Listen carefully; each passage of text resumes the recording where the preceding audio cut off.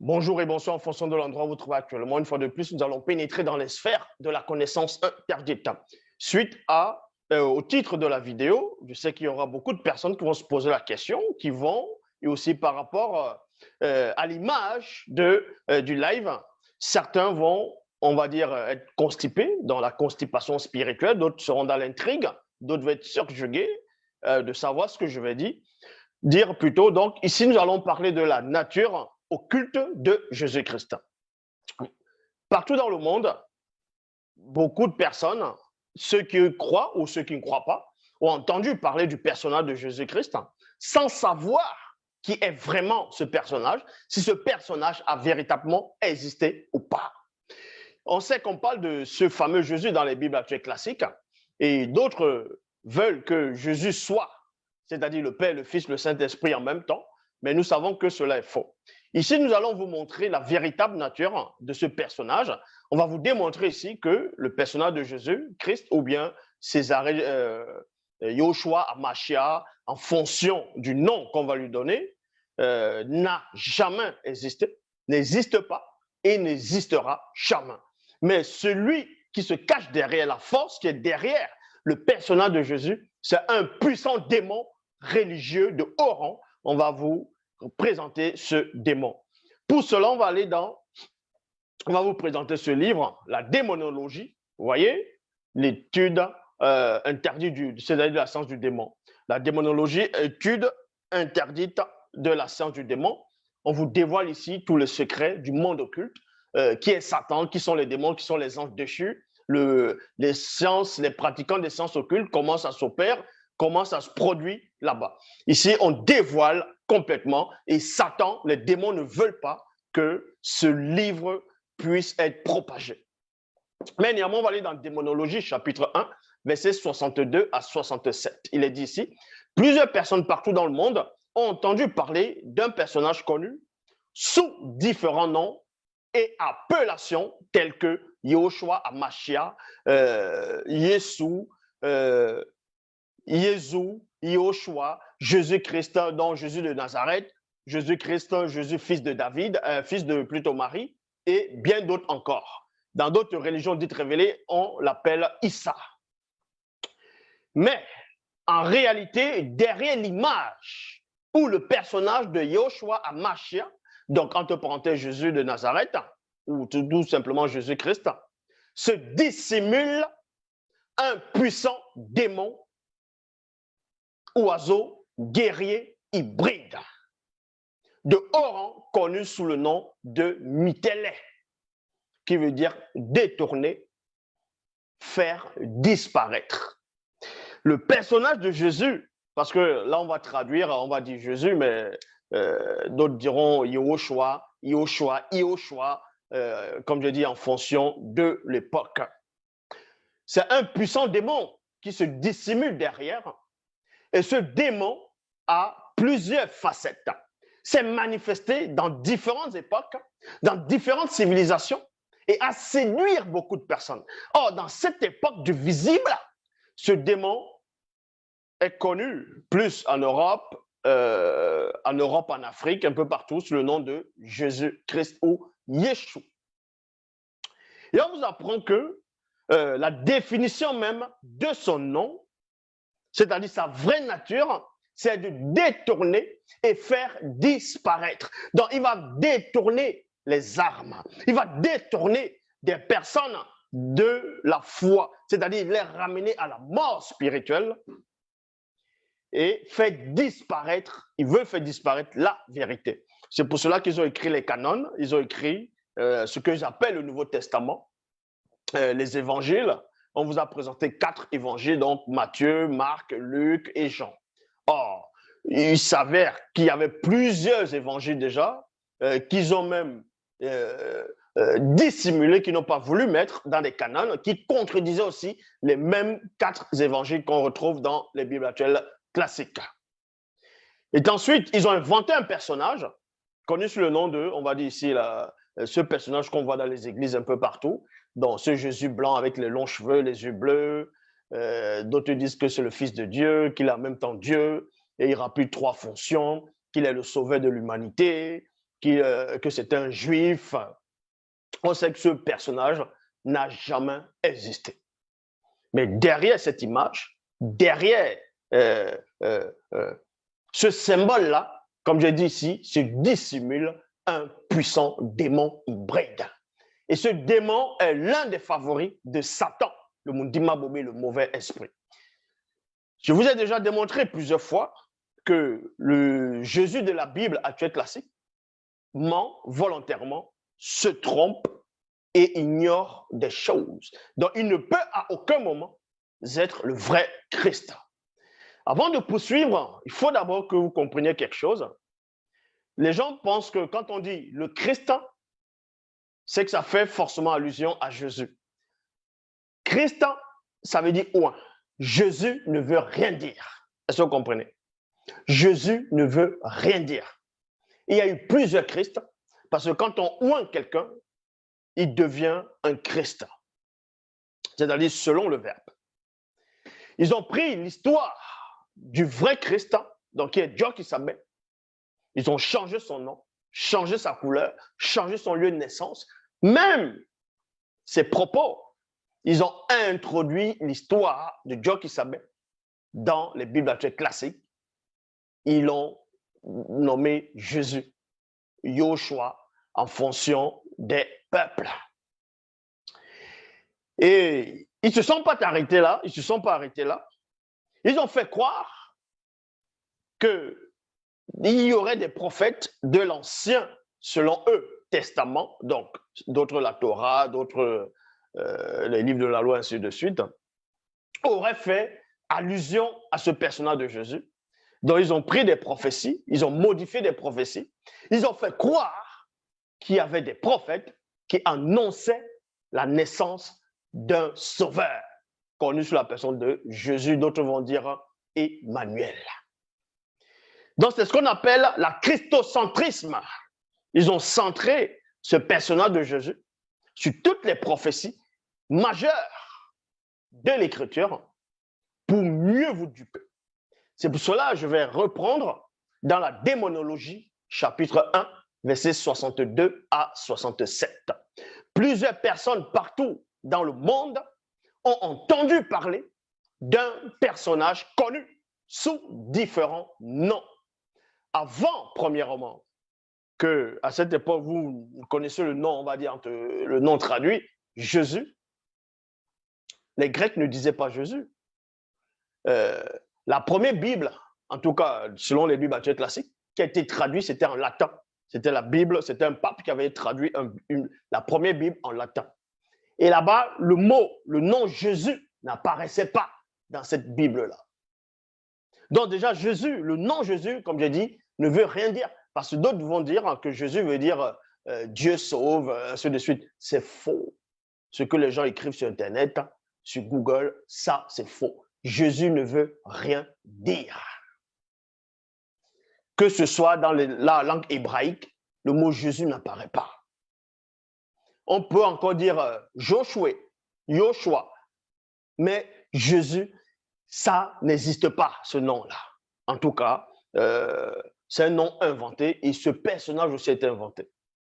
C'est pour cela que dans Démonologie, chapitre 1, verset 63, mais en réalité, derrière l'image où le personnage de Yahushua Hamashiach, dont Jésus de Nazareth, ou Jésus-Christ que certains voudront nommer, se dissimule un puissant démon oiseau, guerrier, hybride de haut rang, connu sous le nom de Mitélé, qui veut dire détourner, faire disparaître.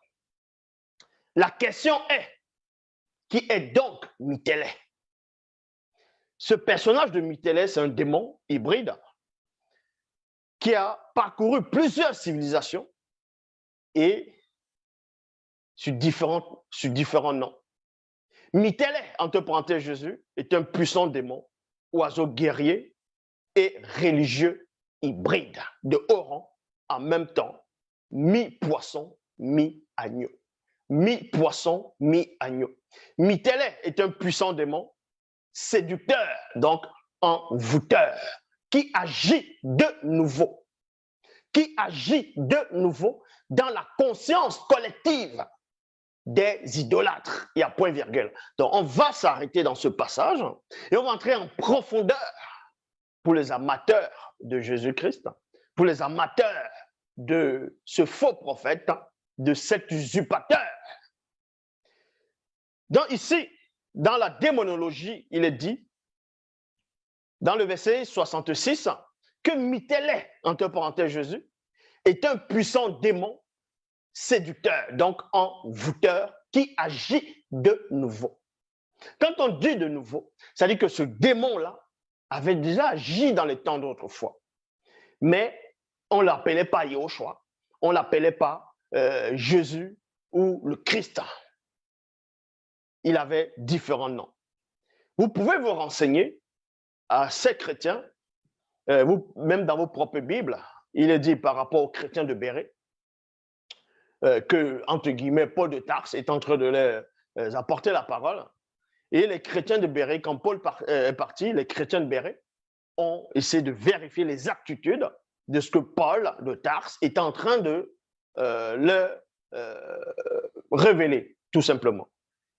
Et parce que dans les Bibles actuelles classiques, aussi, il est dit dans Jean 3, 11, nous disons ce que nous savons et l'on rend témoignage de ce qu'on a vu, donc de ce dont nous avons pénétré en profondeur. Vous devez comprendre ici, il faut d'abord connaître l'histoire, avant d'accepter tout et du n'importe quoi, avant de dire que Jésus est le Sauveur, Jésus est Dieu en même temps, il faut d'abord connaître l'histoire. Même avant le concile, le concile de Nicée, vous devez savoir qu'à cette époque, tous ils étaient des païens. Mais ceux qui adhéraient, c'est à cette époque qu'ils ont inventé le personnage que vous voyez actuellement. Dans le personnage catholique qu'on va représenter Jésus dans les églises catholiques. C'était l'image de Césarée de Borgia. Ils voulaient représenter le Christ, dont ils ont peint Césarée de Borgia. Et Césarée de Borgia, c'était quelqu'un qui avait des relations contre nature avec des hommes. C'est pour cela que dans l'église catholique, même entre guillemets les églises de réveil, vous allez voir beaucoup de personnes qui passent le temps à abuser des enfants, à abuser des garçons, parce que ce démon Mythélé, c'est un démon violeur en même temps. L'église primitive, on va dire comme ça, l'église romaine, ils ont pris le symbole que les païens adoraient déjà, le symbole de la croix. Qu'à cette époque, il y avait des païens qui adoraient un symbole. Et Constantin, l'empereur romain, voulait dominer, c'est-à-dire les Romains, pour pouvoir dominer et contrôler même une grande partie du peuple. Il a accepté ce symbole-là en disant qu'il a eu une vision qu'il a rêvée. Donc, ils ont pris le symbole des païens. Et ce symbole des païens aussi, eux, ils avaient déjà pris ce symbole en Afrique, dans l'Égypte ancestrale ou l'Égypte antique. Et on va vous expliquer en arrière ce qui s'est réellement passé. Mais néanmoins, dans Kalata, dans la démonologie, on vous dit ici, la question est, qui est donc Mythélé? Et on vous apprend que Mythélé est un démon séducteur, donc envoûteur, il envoûte les gens. C'est pour ça que vous allez voir les gens dans les églises. D'abord, premièrement, les églises catholiques, ils vont se prosterner devant une statuette en disant que c'est le Sauveur. Ils vont prier, ils vont faire le signe de croix. Si la statuette tombe et se casse, vous allez voir des gens qui vont pleurer, d'autres auront même des AVC. Parce que ce démon vous a envoûté, à un point où vous vous prosternez devant les statuettes. Et quand on va dans les églises, entre guillemets, de réveil, pareil, ce démon les a envoûtés, parce qu'ils font croire que ce personnage est en même temps le créateur et en même temps l'esprit. Et c'est là que vous allez comprendre le mystère même de l'envoûtement. Car dans l'Égypte antique, le démon Mythélé était connu sous le nom de Osiré. Osiré. D'autres le connaissent sous le nom d'Osiris. C'est le même personnage qui a traversé les époques, des civilisations, et qui a inspiré des personnes en les envoûtant mystiquement de l'accepter comme étant le Messie, étant le Sauveur, étant Dieu. Jusqu'à nos jours, c'est juste le nom qui change, mais cet esprit est le même esprit, c'est-à-dire ce démon reste le même, avec les mêmes sentiments, les mêmes émotions. Donc, je répète ici, dans l'Égypte antique, le démon Mythélè, donc Jésus, était déjà connu sous le nom de Osiré. Osiré. D'autres vont dire Siré. Donc, on pourra aussi dire Yozara, Yosiré, Ozoro, Osaré, qui donne maintenant Osiris. Ils ont pris le personnage d'Osiris. Après, ils ont inventé aussi ce qu'on appelle Jésus. Mais le personnage même d'Osiris, aussi, c'est une usurpation pour les kémites, le kémitisme, ceux qui disent que le catholicisme a copié dans l'Égypte antique, a copié Osiris, et ça s'arrête que sur Osiris. Osiris lui-même, Osiré lui-même, c'est un personnage qui n'a pas existé.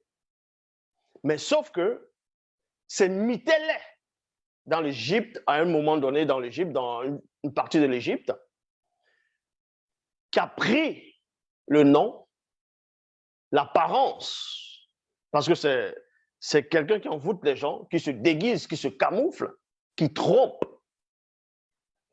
a pris une apparence, a inspiré des prêtres, a inspiré des personnes, les a envoûtés mystiquement, et ils ont manifesté un personnage connu sous le nom de Osiré. Ils ont fait toute une histoire sur ce personnage-là. C'est pour cela que quand on va dans le livre de l'histoire oubliée du peuple, Douala, dont je répète, le livre de l'histoire du peuple, c'est-à-dire le livre de l'histoire oubliée du peuple Douala, chapitre 1, verset 636 à 637, il est dit ici, il est en même temps Djeki, virgule. Il est en même temps Djeki, virgule, d'Osiris, Osiré et de Jésus-Christ ou Jésus de Nazareth, qui sont une usurpation de Djokisabé, le vrai Christ. Au début, il y a le vrai Christ qui existe, dans le vrai Messie qui est envoyé parmi le peuple noir. Il était connu, et il est connu sous le nom de Djokisabé. Et toujours parmi le peuple noir, d'autres tribus ont pris plus tard le personnage le nom de Djokisabé. Ils ont manifesté Djeki en modifiant déjà le nom de Djokisabé, son histoire, son appartenance, ses propos, sa filiation. Et de Djeki, ils ont inventé Osiré. Et pendant des siècles, il y a eu Bacchus, ainsi de suite, même Bouddha, il y a eu plusieurs, jusqu'à Yahushua, donc Jésus dans votre époque. Donc, le démon qui est derrière veut prendre, usurper le titre, la place de Djokisabé, qui est le vrai Christ noir. Mais il ne pourra pas. Ici, on vous dit, voici quelques extraits des prophéties données dans le temps jadis et à différentes époques sur le faux Christ, Jésus-Christ, qui est une usurpation de Djokisabé, le vrai Christ. Et cette prophétie fut donnée par Bé Longuet, le prophète tiré de Kalata Balé. Ça veut dire que le personnage qui allait arriver à cette époque, qu'on va appeler Jésus de votre époque, que vous nommez Jésus, on avait déjà prophétisé que ce personnage allait arriver. En gros, que cette usurpation allait se mettre en place. que ce démon de Mythélé allait séduire dans différentes époques. Et celui qui avait donné aussi cette prophétie, c'était au temps de Belongué. Belongué qui était auxiliaire de Boussi, celui qu'on appelle Moïse dans les Bibles actuelles classiques, ou Moïse, ou Moussa dans d'autres religions dites révélées. Donc, à l'époque de Josué, celui qu'on va appeler Josué, bon, d'autres vont dire Joshua. Belongué, qui est le vrai Josué en gros, puisqu'ils ont juste pris le nom de Belongué, ils ont traduit, ils ont dit Josué, ils ont inventé autre chose. Mais le vrai Josué ne s'appelle pas Josué, il s'appelle Belongué. Et c'était un noir. Lui, il avait déjà prophétisé. Même Boussi avait déjà vu, dans ce qu'eux vont appeler Moïse, avait déjà vu cela. Que Satan, le Mundima Bobé, allait utiliser le puissant démon pour essayer de prendre la place de Djokisabé, qui est le vrai Christ. Et Belongué a prophétisé. Il a dévoilé cela en profondeur. C'est pour ça qu'on vous dit ici, livre de l'histoire oubliée du peuple originel, chapitre 5, versets 68 à 87, il est dit ici, il arrivera dans la suite des temps que l'aîné des deux, donc qui est Djokisabé, se manifestera dans le visible. Et quelques temps après son départ, virgule, apparaîtront dans chaque civilisation des récits mensongers de l'existence de faux Christ issus de l'imagination corrompue de tous ceux qui ne connaissent point la vérité. Donc, vous voyez, pendant des centaines d'années, avant, des milliers d'années même, avant même que le vrai Christ dont Djokisabé ne vienne dans le visible, Belongué avait déjà prophétisé, avait percé la vision, avait vu quelque chose. Donc, quand on vient vous présenter Jésus-Christ là maintenant, vous dites que si vous n'avez pas Jésus, vous n'avez pas la vie, que Jésus est Dieu, il est en même temps celui qui décide, donnez votre vie à Jésus. Jésus, c'est qui? Les puissants Batopéda Mundi dans l'ancien temps, donc les puissants prophètes, les vrais prophètes, avaient déjà prophétisé sur l'usurpation de ce personnage de Jésus et des autres religions dites révélées. Parce que la spiritualité est une question de race. C'est pour cela que les colons sont arrivés en Afrique, les missionnaires sont arrivés en Afrique. Ils ont tout fait pour modifier, pour que vous ne parliez plus vos langues, parce que dans les langues à l'époque, il y avait néanmoins cette prophétie que Djokisabé allait arriver. Ils vous ont fouetté vos ancêtres, ils vous ont fait accepter des personnages inventés, parce qu'eux-mêmes, ils étaient sous l'influence de Mythélé. Donc, ils ont manifesté sur Jésus. Donc, il y a maintenant les débats sur Jésus. D'autres disent il est le dernier prophète, qui n'est pas le dernier prophète, il est le sauveur, il n'est pas le sauveur, bref. Mais les prophètes noirs avaient déjà prophétisé sur cette usurpation. Et ce que ces prophètes disaient, c'était la vérité. Plusieurs ont témoigné, ont prophétisé, ont dénoncé ce personnage, ce démon qui se tapit derrière, qui se dissimule derrière le personnage de Jésus.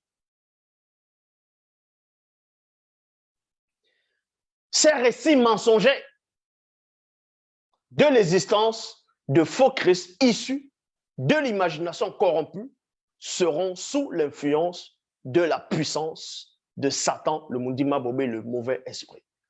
Les démons religieux de haut rang sont l'influence et la puissance de Satan, le Mundima Bobé, le mauvais esprit. Ces démons religieux de haut rang sont des esprits trompeurs, d'égarement, et de séduction. Les récits mensongers de l'histoire de faux Christ,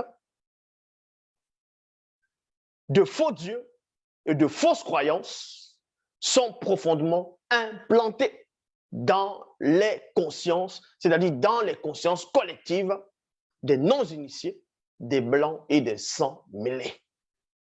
Plusieurs seront en proie aux fausses doctrines et aux fausses visions.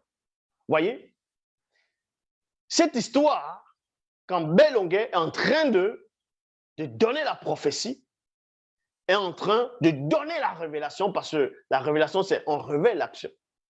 Il a percé le mystère du voile, du continuum espace-temps. Il dévoile déjà, il révèle cela. C'est pour ça que quand vous voyez dans les églises catholiques, en tout cas même au Vatican plus, et même quand vous allez au Brésil, vous allez voir qu'il y a une statuette de Marie, la Vierge noire. Comment se fait-il que le soi-disant pape, il va se prosterner devant la statuette de la Vierge noire, il se prosterne aussi devant, on va dire, la Vierge blanche? Parce qu'ils savent que ce que je dis est vrai. Ils ont modifié l'histoire de vos ancêtres. Ils ont changé des noms pour que vous ne puissiez pas voir les traces. Vous ne puissiez pas connaître votre histoire. Ils ont effacé, ou bien ils ont cru effacer l'histoire du peuple noir, ses prophéties, ses promesses. Mais ils n'ont pas réussi. Parce qu'ils ont cru qu'ils allaient dominer le monde indéfiniment avec les religions, avec le faux Christ, le faux Messie, avec les faux prophètes. Et cette histoire, quand Bélonguet racontait cela, quand il prophétisait, il y a de cela plus de 10 000 ans. Plus de 12 000 ans déjà, plus même encore, qu'il avait déjà prophétisé. Parce que, entre guillemets, on vous dit que votre soi-disant Jésus est venu il y a de cela 2000 ans. Non. C'est il y a de cela 2000 ans que Michelet a décidé de prendre un autre nom. Yehoshua, Jésus, Jésus, ainsi de suite, Josué, pour vous séduire. Mais l'histoire du vrai Christ,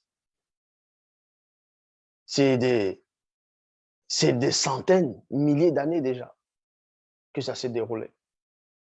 C'est pour ça que vous avez du mal à trouver les vraies traces du vrai Christ qui était noir.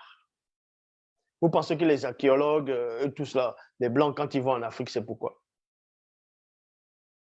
Ils vont s'aimer la misère, les guerres, les troubles, faire en sorte que vous pouvez quitter vos pays.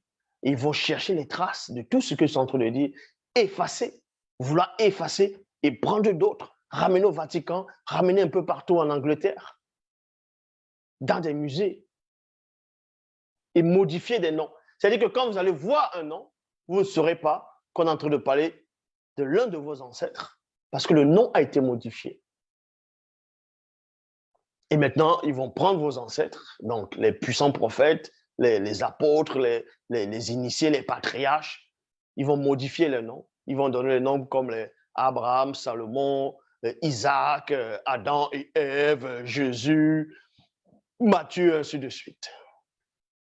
En fonction de l'époque, en fonction de la civilisation et du moment. C'est pour ça que vous ne trouvez pas les traces. Parce que quand on vient vous dire maintenant que le personnage de Jésus que les gens adorent, non seulement c'est une usurpation, mais il n'existe pas. C'est un démon qui est derrière, qui alimente cette image-là. Les gens vont dire que je suis fou, qu'il faut donner sa vie à Jésus. Parce que vous êtes des illettrés. Vous n'avez pas l'esprit du discernement. puisqu'on vous raconte, on vous dit que le premier homme, c'est un noir.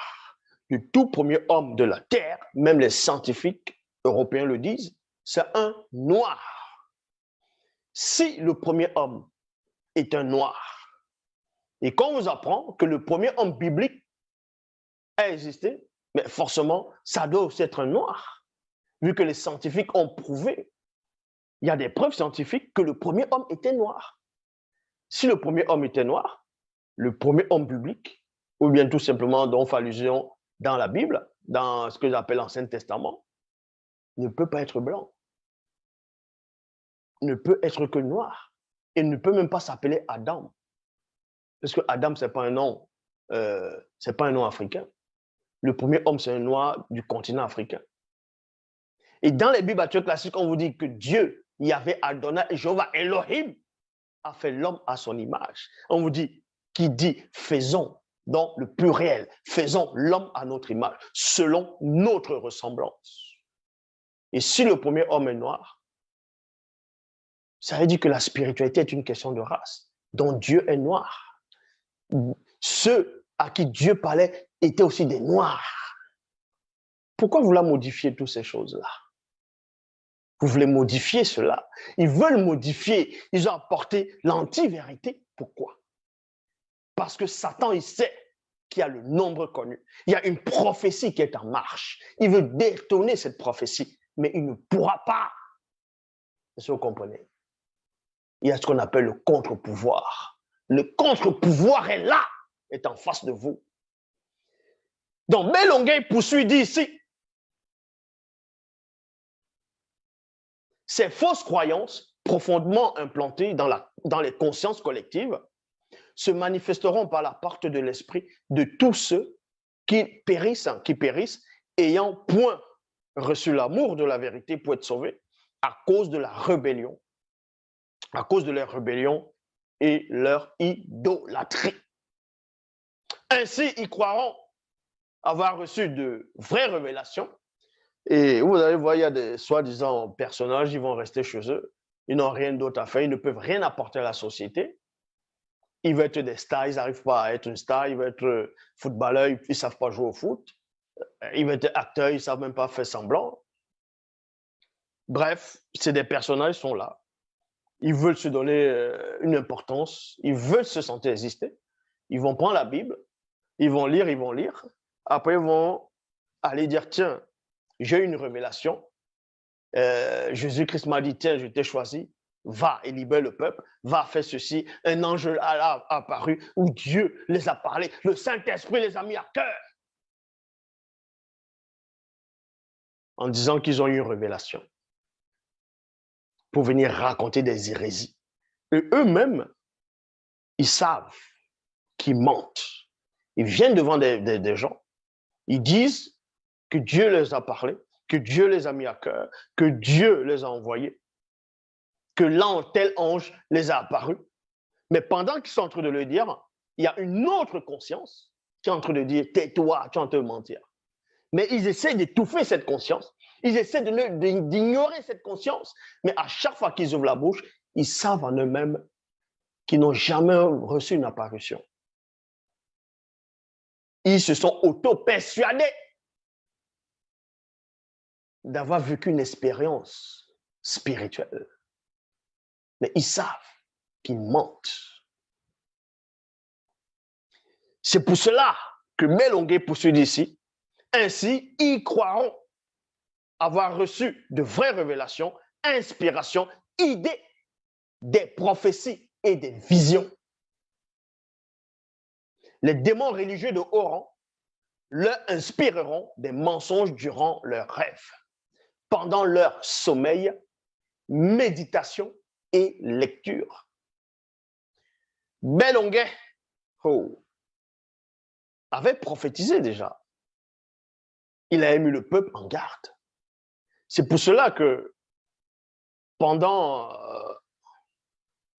même à l'époque de la colonisation, avant l'esclavage, vous allez voir qu'il y a, même à l'époque où les missionnaires sont arrivés en Afrique un peu partout, il y a eu beaucoup de massacres. Il y a eu beaucoup de Noirs qui n'ont pas accepté En gros, c'est faux dieux qu'on a ramenés, c'est soi-disant révélations qu'on les a ramenés. Il y a eu, voilà une partie de l'histoire qu'ils ne veulent pas vous dire. Il y a eu beaucoup de massacres. Les Noirs les ont massacrés parce qu'on a voulu les faire accepter des fausses croyances. Ça, on ne vous a pas dit cela. Donc, il y a eu des guerres. C'est vrai qu'il y a eu des trahisons, ainsi de suite, mais on sait pourquoi. Par qui? Pas les non-initiés, pas les blancs et les sans-mêlés. Belongué poursuit d'ici. Les démons parleront par la bouche de plusieurs de ces idolâtres, virgule. Je m'arrête dans la virgule. Et il y a une vidéo qui m'a fait rire un moment. Il y a une vidéo qui passait sur, je crois, sur Facebook. Et cette vidéo, il y a plein de vidéos comme ça déjà. Et ça m'a fait rire, ça m'a fait rire. En gros, on expose des gens,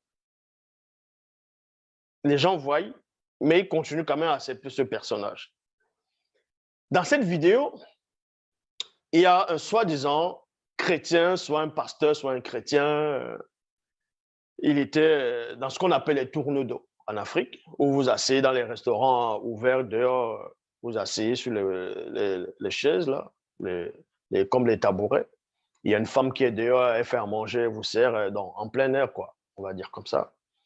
Il y a un monsieur qui arrive, il sait que cet homme, soit c'est un chrétien, bon, c'est un chrétien, mais soit c'est un pasteur, c'est un homme d'église. Cet homme faisait des blagues. C'était une caméra cachée qu'il était en train de faire. Mais le soi-disant homme d'église, cet homme de, on va dire comme ça, cet homme de Dieu ne savait pas. Donc, il fait croire, il y a plein de vidéos comme ça, de font croire qu'ils sont morts, qu'ils sont des revenants, soit ils sont dans le... Satan les a envoyés, soit ils sont possédés. Et cet homme d'église, à un moment, il se lève, il commence à dire In name of Jesus, fire, fire, fire. Donc, il essaie de l'envoyer le feu. Après, il se met à parler en langue. Il parle en langue, il parle en langue, il parle en langue. Et les curieux sont là, les gens regardent en route, ils se retournent, ils s'arrêtent, ils disent mais qu'est-ce qui se passe? Et le comédien jouait tellement son jeu, quand l'auteur disait fire, il commence à parler les soi-disant langues. Ce comédien se met à tourner comme si la prière de cet homme avait l'effet sur lui. Quand il voyait comment ce gars tournait, il continuait encore à parler fort. Après, un moment, le comédien a commencé à rire et il a dit non, c'est une caméra cachée, tout ça. Là, je me dis, mais attends. Donc, ils n'ont pas l'esprit de discernement pour savoir que cet homme est en train de faire une blague. Et c'est ça qu'on appelle des gens qui ont reçu des révélations. C'est ça qu'on appelle des serviteurs de Jésus. C'est ce qu'on appelle des croyants. On vous fait des blagues, vous tombez dedans. Parce que vous n'avez pas l'esprit de discernement. Parce que vous êtes tout simplement dans le faux. Vous êtes tout simplement dans le faux. C'est pour ça que ceux parlant en langue qui vont parler dans les églises, c'est du charabia. Je dis bien, c'est du charabia. Eux-mêmes, ils le savent. Que ce qu'ils sont en train de dire, ça ne veut rien dire. Ils vont vous dire, parce qu'ils vont mal lire les Bibles, ils vont mal lire ce qui a été déjà mal traduit en disant, non, celui qui parle en langue, parle en esprit, dit des mystères. Que c'est à Dieu qui parle. Donc, s'il parle à Dieu, son cerveau, sa conscience ne peut pas comprendre ce langage. C'est son esprit qui comprend, qui dit des mystères. Non, mais vous n'êtes pas bien ou quoi? N'est-ce pas écrit dans vos propres Bibles aussi, dans Jean 3, 11. Nous disons ce que nous savons. Nous disons ce que nous savons. Et l'on rend témoignage de ce qu'on a vu. Donc, si tu dis quelque chose de tabou, tu sais ce que tu es en train de dire. Les gens viennent traduire ce qui a déjà été trafiqué. Et là, vous tombez encore dedans. Vous dites, celui qui ne parle pas en langue ne peut pas aller au ciel. Que le signe qui montre que quelqu'un est baptisé du Saint-Esprit, c'est celui-là qui parle en langue. J'avais déjà lancé le défi à l'époque à ces soi-disant pasteurs de me montrer un seul verset dans les Bibles actuelles classiques où quand le soi-disant Jésus a reçu le baptême du Saint-Esprit, il a commencé à parler en langue. Ce verset n'existe pas. Donc, vous voyez que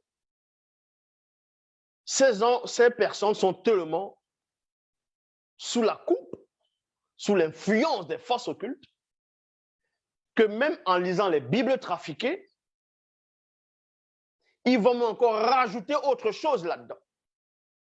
Eux-mêmes encore. Rajouter encore d'autres idées. Et Bellonguet avait déjà expliqué ces choses-là. Ces démons religieux de haut rang apparaîtront dans des visions inspirées par eux-mêmes à plusieurs personnes en prenant une image inventée d'un faux Christ connu sous le nom de Yehoshua. Yeshua, Yehoshua, Joshua, Yeshua, Jésus, Isis, Ision, Jésus, Jésus-Christ et bien d'autres encore. Bellonguet a expliqué ces choses-là. Et poursuit d'ici, ce faux Christ inventé et connu sous l'appellation de Jésus-Christ sera le plus influent à l'époque de la manifestation du deuxième. Vous comprenez ce que ça veut dire? Ça veut dire que Bellonguet, celui que vous appelez Josué, celui qui a remplacé Moïse, m'avait vu dans sa vision, dans sa prophétie. Il a prophétisé sur moi. Il a prophétisé sur celui qui est en face de vous. C'est ça la vérité. Il dit ici que le faux Christ le plus influent à l'époque, que en gros, le faux Christ inventé est connu sous le nom de Jésus-Christ. Écoutez attentivement, c'est ce qu'on appelle la précision. Il n'a pas dit ici que Jésus-Christ, le personnage Jésus-Christ sera le Christ le plus influent de toutes les époques. Ce n'est pas ce qu'il dit ici. Il dit, ce faux Christ inventé est connu sous l'appellation. Parce qu'on sait que Michelet s'est fait passer pour le Christ, mais dans différents noms, différentes appellations. Mais Bellonguet, il entre dans les profondeurs pendant des siècles, des milliers d'années en arrière. Il voit cette époque. Il pénètre l'époque. Il dit, ce faux Christ inventé est connu sous l'appellation de Jésus-Christ, sera le plus influent à l'époque de la manifestation du deuxième. Donc, il donne même l'indice. Il donne l'indice. Et voilà, paf, c'est tellement clair. Parce qu'il a donné l'indice, ceux qui sont venus traduire les Bibles, ceux qui sont venus écrire, soi-disant traduit d'après les textes originaux. Quelque chose qui est traduit d'après les textes originaux, plein viennent traduire d'après les textes originaux, mais il y a des contradictions dans plusieurs traductions. Ça dit qu'il y a quelque chose qui ne va pas.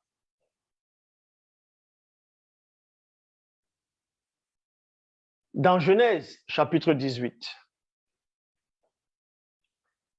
dans la Bible de l'épée, on vous apprend que, entre guillemets, selon d'autres versions, les trois anges, les trois personnages qui ont apparu à Abraham quand il était sur les chaînes des Manré, pendant la chaleur du jour, c'était Melchisedec, Noé et Sem.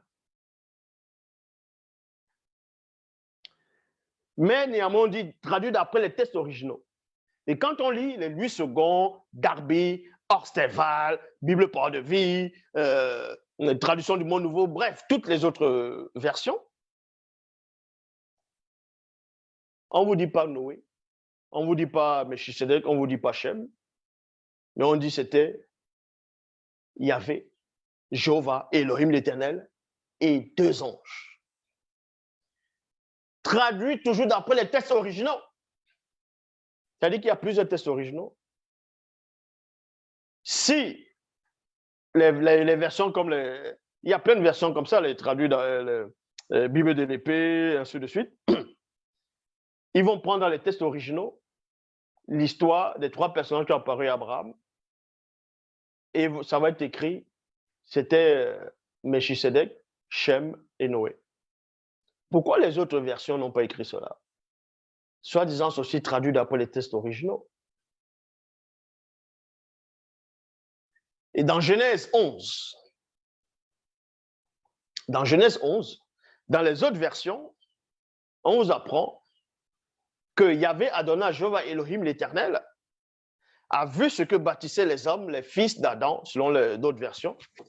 Ils étaient en train de bâtir une tour. Et Dieu est descendu pour voir. Ouais, parce qu'il ne peut pas voir de très très loin. Il est descendu pour voir. On vous dit que Dieu est descendu, Yahvé Adonai, Jéhovah Elohim.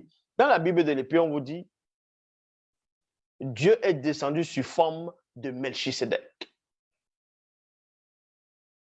Quelles sont les versions qui disent vrai d'après les textes originaux à eux? Vu que s'ils se basent tous sur un texte qui a été retrouvé dans les textes originaux, ça doit être fidèle dans toutes les autres versions.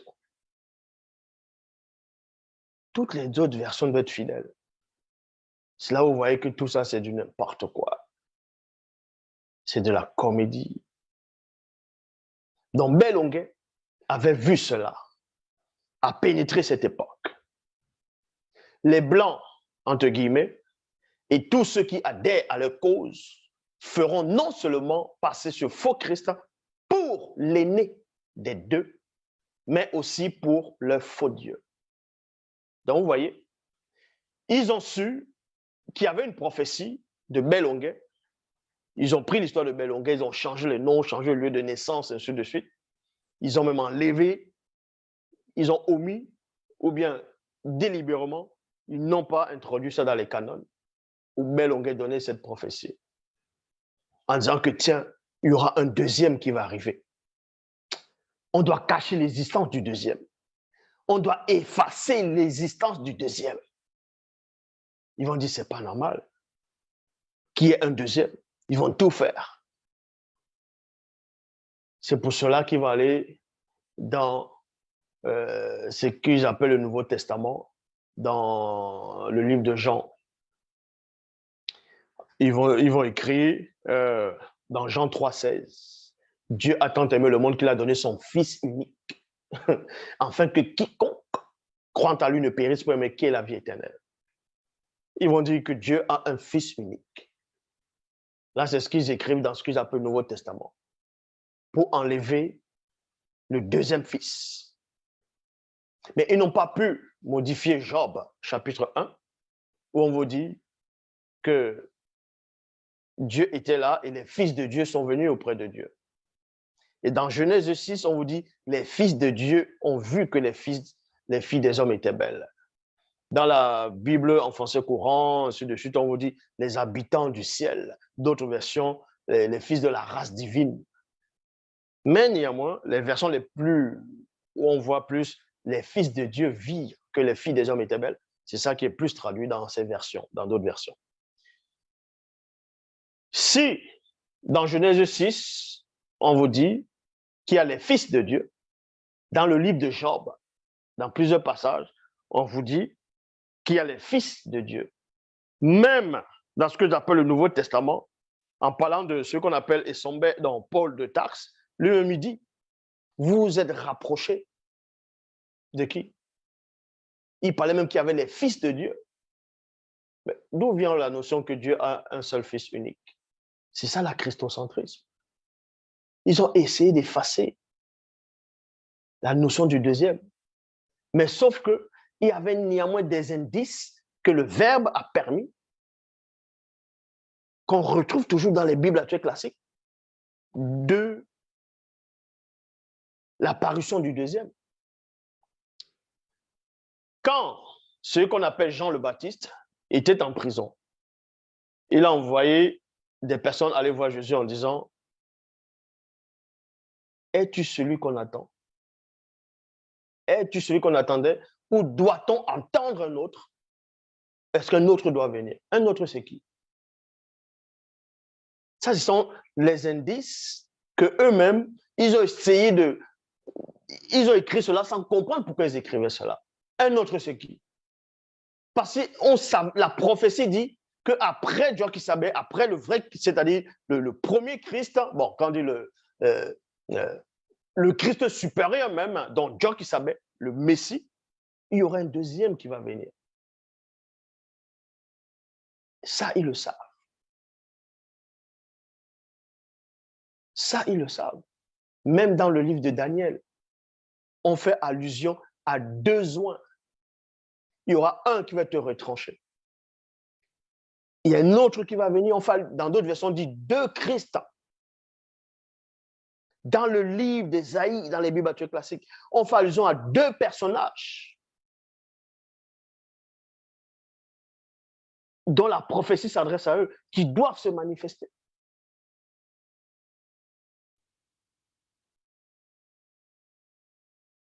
Les démons religieux de haut rang feront avoir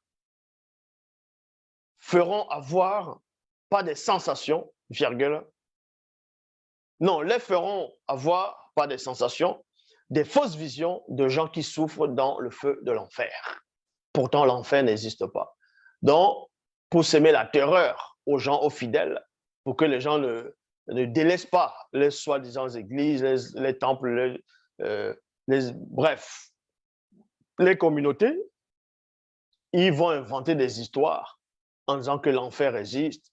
Si tu abandonnes ton assemblée, si tu meurs dans ton péché, tu vas aller en enfer, tu vas souffrir. Ça va être le lac là-bas, le lac de feu. Ta peau se renouvelle, tu cries éternellement au siècle des siècles.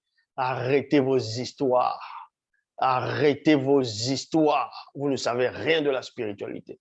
Vous avez vu l'enfer de Dante. L'enfer de Dante. À l'époque, avant que vous ayez même vos fausses Bibles, vos traductions, là, il dessinait déjà des personnages dans l'enfer. Il n'y avait pas un seul noir dedans. C'était que les blancs qui étaient dans l'enfer. Et quand ils ont décidé de convertir maintenant des gens, ils ont dit maintenant l'enfer existe. Ça, c'est vos histoires là-bas. Que même dans l'Égypte antique, on dit il y aura un jugement, les gens vont souffrir. Arrêtez vos histoires. J'ai démontré, même dans les Bibles classiques, que l'enfer n'existe pas. Vous allez me sortir des versets qui ne tiennent pas. Dans Apocalypse, chapitre 20, à partir du verset 10, et le diable qui les séduisait fut jeté dans le temps de feu et de soufre, où sont la bête et le faux prophète. Ils seront tourmentés, voilà. N'importe quoi. Ils vont me sortir la parabole de Luc, le mauvais riche et le pauvre Lazare qui souffrait dans le séjour des morts. Il avait les flammes là-bas, il souffrait cruellement. Mais je vous ai démontré que le séjour des morts n'est même pas conscient. C'est-à-dire, quand il dit n'est pas conscient, on demande ce qu'on appelle dans vos Bibles Salomon. Il a expliqué que dans le séjour des morts, il n'y a pas de souvenir. Il n'y a pas d'activité. Il n'y a rien là-bas. Donc, c'est quel séjour des morts Jésus fait allusion dans la parabole. Vous voyez que tout ça, c'est des choses inventées pour vous maintenir dans l'esclavage, dans la peur. On vous maintient dans la peur. Certes, il y a un jugement à la fin, mais ce n'est pas le jugement qu'eux présentent là. Démonologie, chapitre 1, versets 38 à 70. Dans la Démonologie, chapitre 1, versets 68 à 70, il est dit ici, certaines personnes associent et confondent souvent le démon Mitélet, Jésus, à Yahvé, donc Jéhovah, le puissant démon oiseau incube, religieux de haut rang. Donc, celui qu'on appelle Yahvé, Adonai, Jéhovah, Elohim, lui-même, c'est un puissant démon, oiseau, incube, religieux de haut rang. Est-ce que vous comprenez? D'autres affirment mêmement que le démon Mitélé, dont entre parenthèses Jésus, aurait été engendré par Yahvé, donc Jéhovah, le puissant démon oiseau incube, religieux de haut rang. Ceci est absolument faux. Car le puissant démon Mitélé, donc Jésus, est un grand manipulateur qui se fait passer pour une sorte de sauveur pour ceux du visible.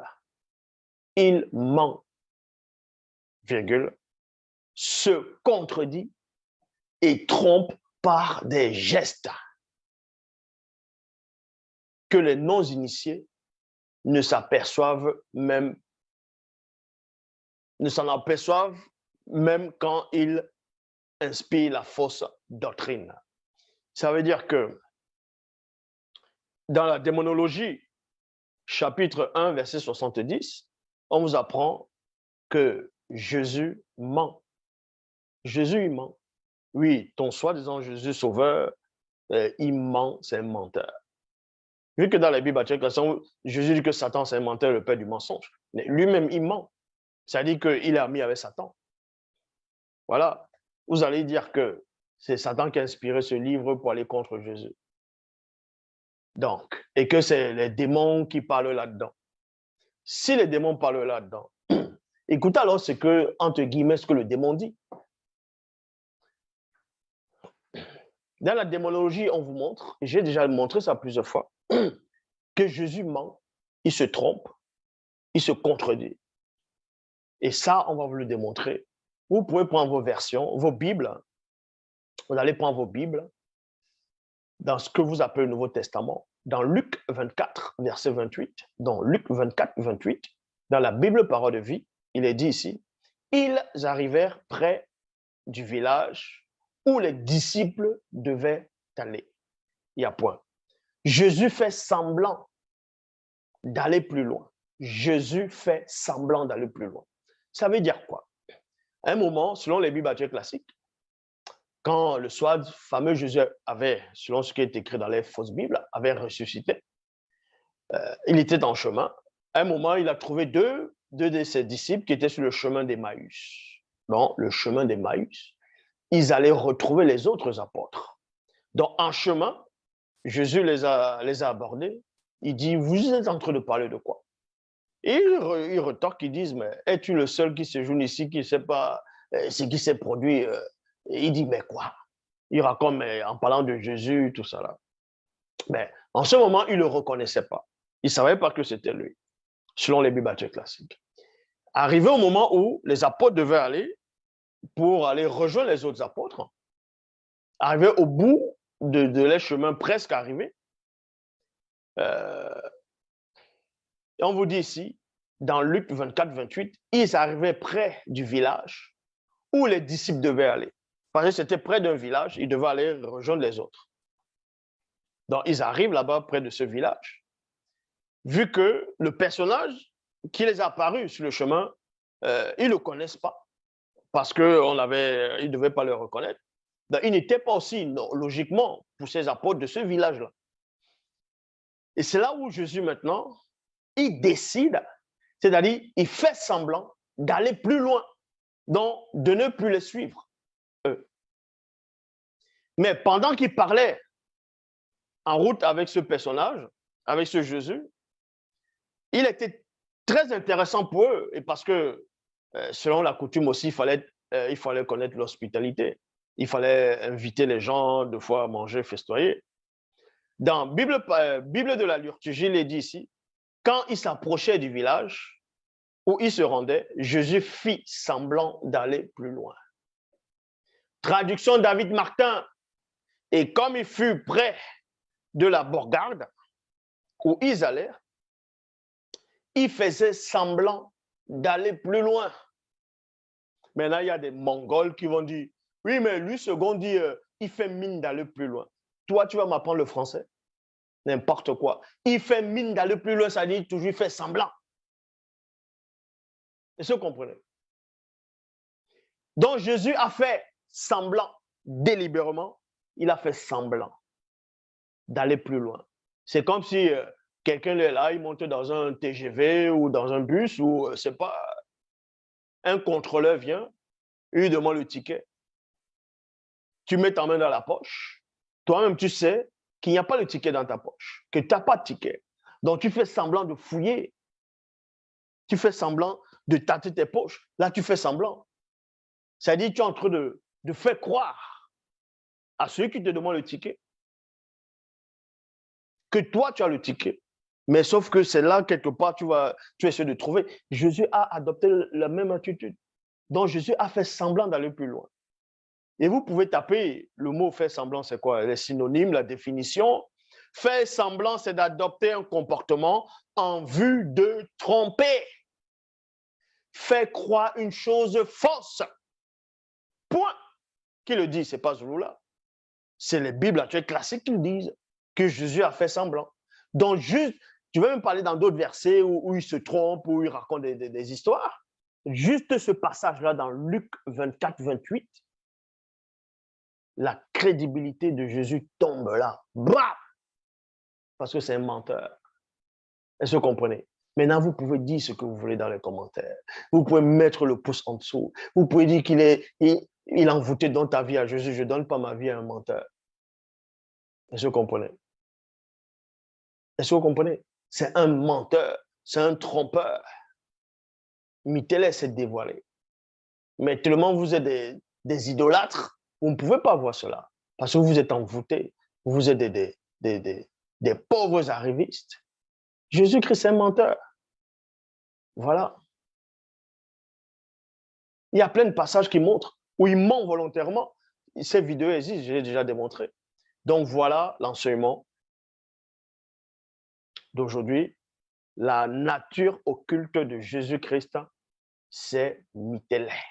C'est un démon hybride de haut rang. C'est un démon hybride. Un puissant démon. Un démon, un dangereux.